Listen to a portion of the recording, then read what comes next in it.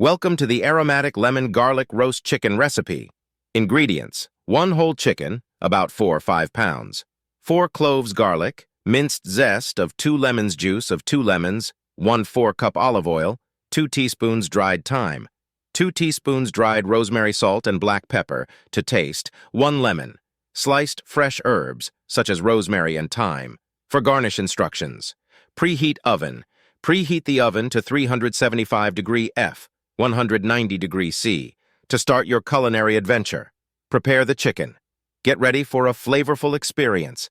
Pat dry the whole chicken using paper towels and place it in a roasting pan or baking dish. Create the marinade. In a small bowl, blend minced garlic, lemon zest, lemon juice, olive oil, dried thyme, dried rosemary, salt, and black pepper. Mix well to create a delightful marinade.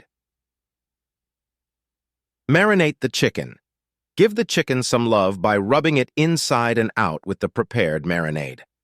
Don't forget to spread the marinade under the skin for a burst of flavors. Stuff the chicken cavity with lemon slices and fresh herbs. Roasting magic.